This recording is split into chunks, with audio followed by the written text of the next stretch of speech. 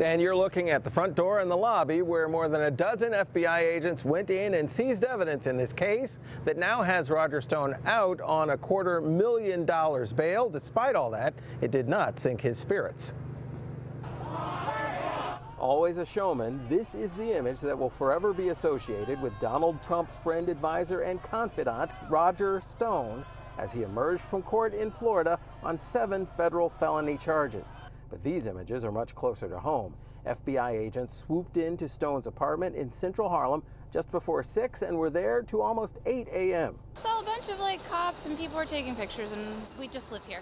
Agents seized a variety of items, including apparently Stone's computer, and that was his Harlem home. At his main home, FBI, open the door.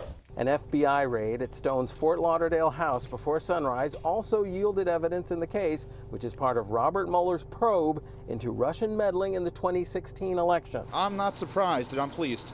All of Stone's fellow residents who've met him and talked with us said he's not such a good neighbor. But the question now is, how good of a witness will the man disgraced by federal investigators be?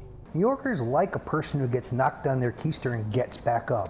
That's what Stone told me when I was in his previous apartment in 2012. Back then, he talked about how he'd helped his friend Donald Trump make a comeback from bankruptcy. Today, when asked about Stone, President Trump said nothing, but a variety of signs point to how Stone will act in the investigation in which he's been indicted. He insists he will not, quote, bear false witness or lie against the president.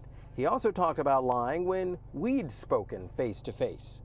What they won't forgive is dishonesty.